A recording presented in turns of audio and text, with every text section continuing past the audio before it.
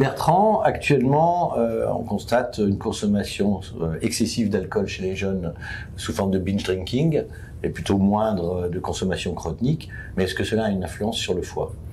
C'est une bonne question à laquelle s'est intéressé un travail américain qui a comparé un peu les effets sur le plan hépatique d'une consommation excessive d'alcool régulière sans binge drinking à un binge drinking intermittent, ces jeunes qu'on voit souvent qui disent je bois que le week-end mais rien dans la semaine, sur l'impact hépatique. Et donc ils ont utilisé pour ça la grande cohorte épidémiologique qu'ils ont, la cohorte NANES, dont ils ont isolé 8000 personnes.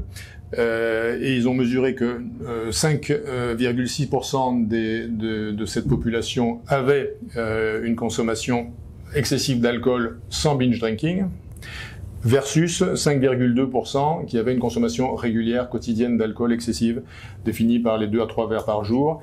Le binge drinking intermittent étant défini par 4 à 5 unités quotidiennes pendant 5 à 15 jours par mois.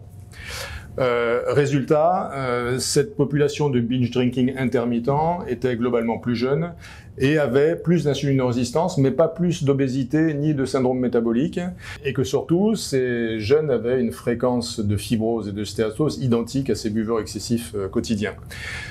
Tout ça, malgré une consommation moyenne quotidienne d'alcool inférieure aux consommateurs excessifs réguliers.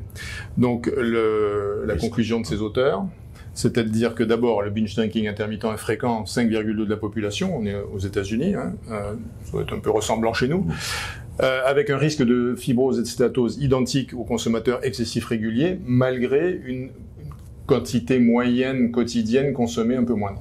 Donc finalement, Bertrand, il faut inciter nos jeunes à être vigilants et savoir ce risque hépatique qui est une réalité, malgré le fait de boire moins souvent.